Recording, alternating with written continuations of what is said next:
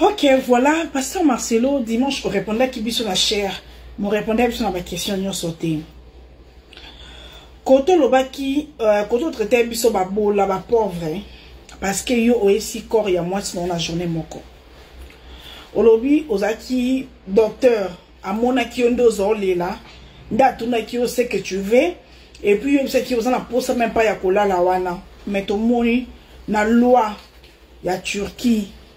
Corps et bimara le même jour, t'es ça à 3 à 5 jours ma mort naturelle. Docteur en Wazaki na Turquie pour à réussir parce qu'il faut une démarche administrative. Maman koufa ki na earning, ba démarche wana nyos salama ki na tonim. Ba 4 heures du temps no ya ba prière ezaki earning. Ce qu'on en a tout na kaka le même docteur pour docteur na muta kende ko signer alku docteur tim anesthésiste na muta kende ko signer eza 2 personnes kaka ye muta senga ki na camarade na ye kende ko signaler na pompe funèbre pour na congolais ba kufisi mwasni aza très abattu to muto a signer ki kula aza relation na yo poko to na bato ba olandela ngote toute hypothèse que docteur mon a dit pour yo on accepte ce que ça battu un tango ya ki accepte que ça homme dédié na bitumba nyonso la toujours debout mais kuno za ki abattu si ko muto a signé ki kuna relation na yo na yezani est-ce que yebiye soko yebiye bwana relation ni so yebiye te lo kwa yo sa ke lokote docteur muto ke o mawanda longa ka sa nyonso asongaje na nyonso yepe mutabenga ki relation na ye membre en famille na ye camarade na ye akende ko signer ne bembo ya yebi tendenge mutanga kufeli azwa ki likambo na motema bongo ndenge nini. Pourquoi si quand opesi famille font ces actes de décès? Si réellement tu te reproches de rien, répondre, il va encore le acte de décès, on appelle si eza solo moko c'est la makambo. Eza acte de décès le kutate. Pourquoi on a sauté? Pour le qui rendre dans internet, eza pas résistance. Et si là, ce qu'on peut fournir ça qui na famille à ex belle famille na yo. Acte de naissance il y a le kuta pourquoi? C'était quoi le but? C'était quoi l'intention? Parce que tu te reproches de rien. Toi,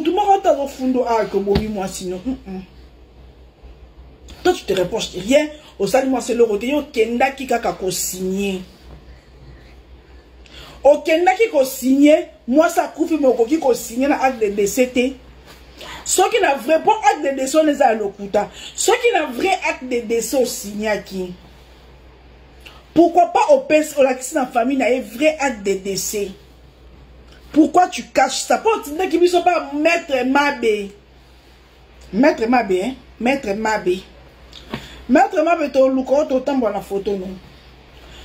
Le roi Yatinde, ils ne sont pas na yo. Il faut Pasteur Marcelo appelle ça yo vrai acte de décès.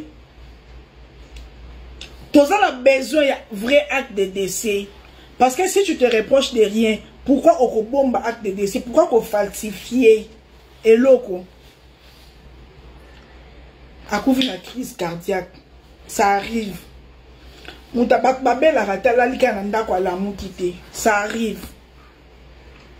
Non, moi, pourquoi l'idée, il y a repéré ça faux acte de décès. Nalikambo yo yébité au salier l'autre côté. Au lingan même abisso dans la famille, au 850 000 $. Mais Pasteur Marcelo, quand on peut répondre à Michote que yo zaka pauvre ndo fini wa congolais nyo sobiso ba bola yo po uti mo bola pour les no ozwa et là on comme riche il fallait ki ba blanche kandolo ba teka lo pangu ya papa na bango na Gombe parti ya mbongo na ye apesa yo 150 000 oyo zwa ki ya famille ba blanche ya mbongo tata ya ba blanche. Ce qui te multiplie en fois ba année au bosali na yeso ka tchaki yango na banque mais les 850 000 $. Parce que on m'a ramené biso na likambo mbongo poto boss à la vraie source. Pourquoi acte de décès il y a le quota? Toi qui te reproches de rien. Et puis la Turquie, ba maître ça la maraoui. Ba camouflaka, na otie la bino. Ba boma journaliste moko na ambassade ya Arabie Saoudite. Pour téléméla prince na Turquie. Pour les toza boeba recherche ça na Turquie kutu kota ko sa makambu tracer zalate balobi kuna nde somo ya ba haut niveau ya ba kuna biso ya lycée na otie la bino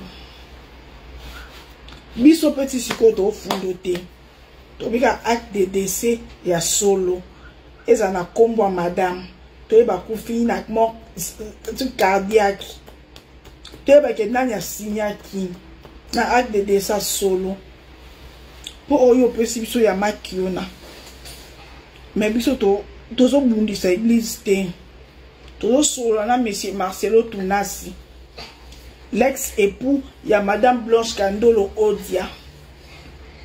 Blanche